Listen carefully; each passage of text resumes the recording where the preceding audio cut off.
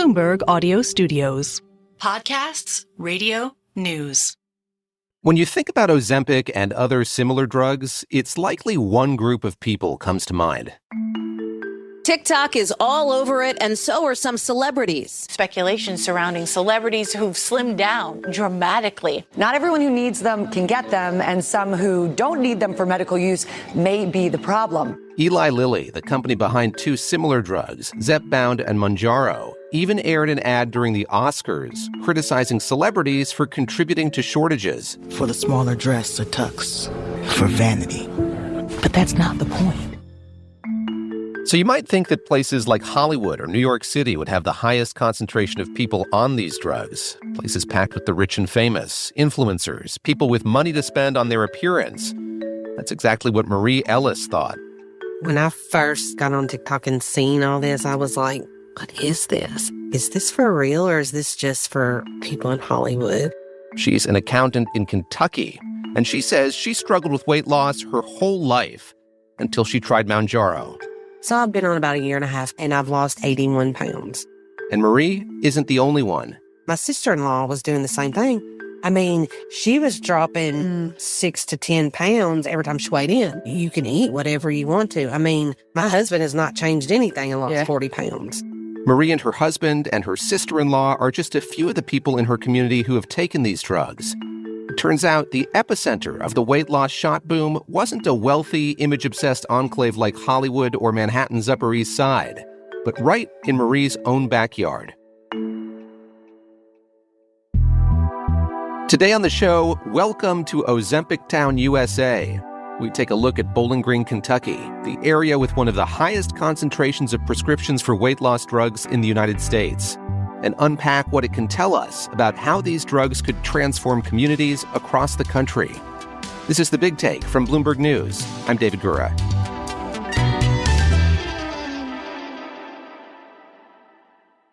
A decade ago, Bowling Green had farms on the outskirts of town. Today, it's a city of 74,000 people, the third largest in Kentucky. It's the birthplace of Duncan Hines, the namesake of those fudgy brownie mixes. One of the city's biggest employers is the GM factory that churns out Corvettes. And according to the city's official website, it has more restaurants per capita than anywhere else in the country. Driving down the main road into Bowling Green, there's like a McDonald's, a Taco Bell, and then another McDonald's, and it's just like fast food place after fast food place. Madison Muller is a healthcare reporter at Bloomberg with a focus on weight loss drugs. She visited Bowling Green twice to report this story. In like the month between the trips that I took to Bowling Green, there were more advertisements for the weight loss shots. There's like fast food places and then a sign for a weight loss shot on the other side of the road. Madison's been reporting on these drugs known as GLP-1s for over a year now, and she says Bowling Green is not the place she would have expected to find when she started crunching the numbers to identify the location of Ozempictown, USA. How did you go about pinpointing where the capital actually is? So we got data from an analytics firm called Purple Lab, and so we looked at different zip codes across the U.S. to try to figure out which ones had a really high concentration of weight loss drug users. And there were a few different hotspots, like there was one in Huntsville, Alabama, and a couple of other places. Bowling Green was one of the highest. We could also see that Kentucky, as a state, has the highest concentration of weight loss drug users. So we figured that that was a good place to look. And what they found was that around 4% of residents in the Bowling Green area had a prescription for a weight loss drug. That's quadruple the rate in the Miami area or Brooklyn, New York. And it's a conservative estimate, since some people get off-brand versions of the drugs. So what is it about this city that makes it so ripe for people to use these drugs? Yeah, so the obesity rates there are pretty high.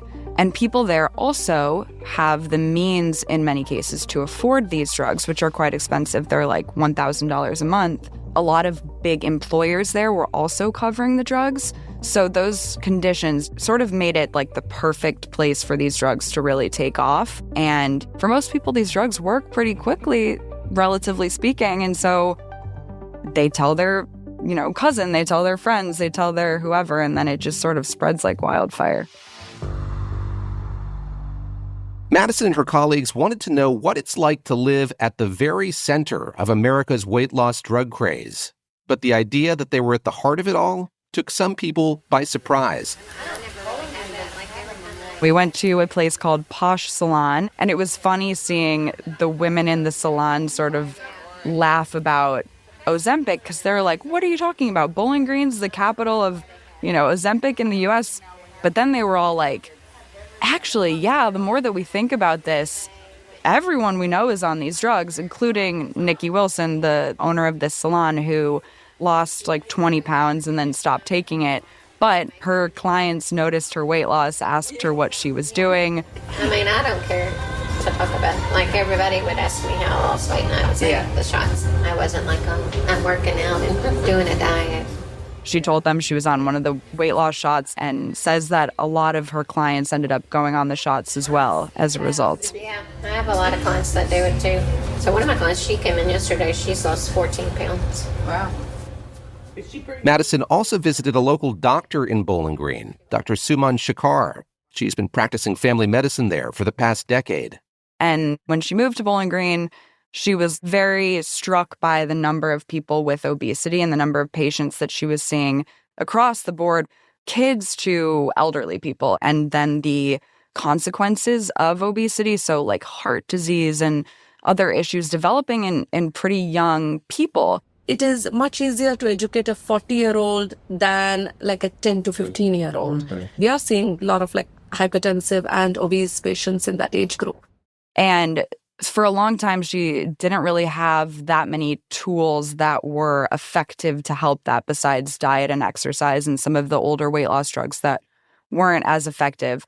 And so she thinks it's a good thing that a lot of patients now are coming in and actually asking her about Ozempic because they're hearing about it on TV or on social media. And she's glad that people want to do something about their health. Almost 40% of our patients are obese. Once they're coming over and asking Ozempic, they're thinking about all this. It's a good and positive thing that they want to lose weight. They are inclined towards betterment of their health. Like Candy Gray. She's the executive director of a senior living home in Bowling Green. She has a really sort of heartbreaking story because she lost many family members to heart disease and strokes. Within 4 weeks' time, I had lost 2 brothers to massive heart attacks. Wow. And both of my parents had died of strokes. So that was when, honestly, I took a good long look in the mirror and said, okay, I've got to do something different.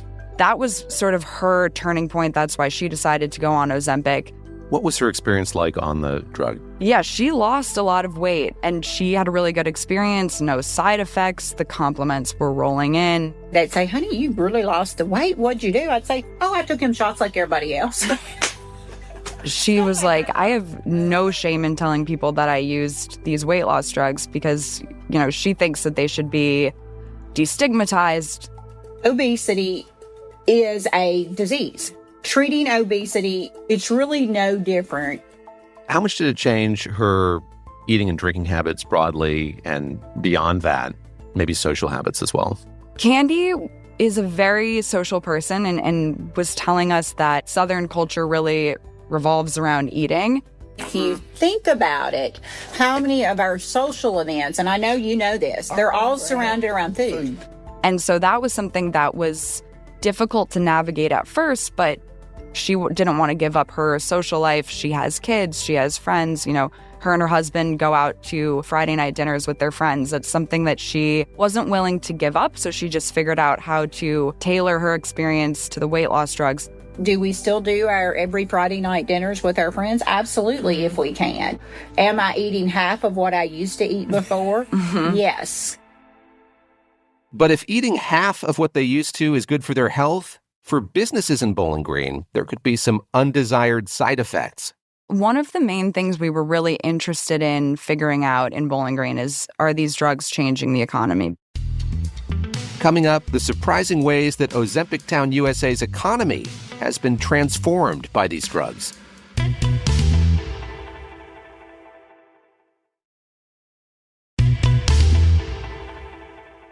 We keep hearing from analysts and from different companies that these drugs are going to change everything. And the CEO of Novo Nordisk told us that he's getting calls from scared food CEOs who are like asking him about the drugs that his company is making. Given these dire warnings, Bloomberg health reporter Madison Muller told me she'd expected to see restaurants going out of business and empty gyms in Bowling Green, Kentucky. But the gym's doing fine. The restaurants were all bustling. What you do see is this kind of side economy developing. A side economy. Take, for example, the local GNC, a place where you can buy vitamins and supplements. They have all of these supplements right at the front of the store for people that have side effects from the drugs. And the GNC's general manager told me that all of those supplements are extremely popular. She has people coming in all the time asking about them. And then there are new businesses. There's a lot of medical spas that have been popping up in the last couple of years to offer these shots and to offer compounded versions that are cheaper. So it's like this side economy is sort of developing around Ozempic. And if anything, it's actually like boosting some of the businesses there. Candy Gray, who went on Ozempic after losing several family members to obesity-related health problems, she turned to one of those new alternatives, a telehealth company offering a copycat drug. The first 6 months, I took branded Ozempic. And then I no longer qualified for my insurance to pay for it. She says that off-brand version costs her about $250 a month. And that's a pretty common occurrence in Bowling Green, says Madison. There's a lot of people that went on these drugs, and even in the course of the couple of months that we were going to Bowling Green and talking to people there, their insurance has stopped covering it. Med Center Health, where Dr. Shakar works, that health center was paying for the drugs for employees but stopped in January, and they're one of the largest employers in Bowling Green. So this is something that's happening across the U.S., but we're seeing it really acutely in Bowling Green, where there is such a high concentration of people on these drugs. And the lack of availability and accessibility is making people seek out alternatives from other places. The 4% of Bowling Green area residents with these drug prescriptions, that doesn't account for all those knockoffs and compounded versions that people get through medical spas or telehealth services. And as Madison told us in an episode last month, those versions aren't as regulated as the brand name medications, but they can often be a lot cheaper and easier to get. The problem with that is that there is variability in how good the medications are, how safe they are. Some of them are fine, some of them are not. Madison, what's the takeaway as you see it? What would the consequences be if more towns, more cities became like Bowling Green? The takeaway from this story is that it's not just Bowling Green. Like, we zoomed in on Bowling Green to sort of show what's happening there, but just covering this beat for the last, year plus, there's so many themes that we were seeing and hearing in Bowling Green that I have heard from patients all over the U.S. and likely are playing out in other cities across the U.S. And Madison says those voices from Bowling Green offer a window into what we may hear more of, the good and the bad. From side effects. My wife's frustrated because at night she wants to have dinner together. Now it's like, I feel sick. To access and affordability. I called every pharmacy in Bowling Green. I could not find it anywhere. Nowhere. To the way these drugs can transform what's possible for people like Candy Gray. For the first time last year, I went to Colorado and was able to hike 7 miles. I got to see spots and do things that I never would have probably been able to do before.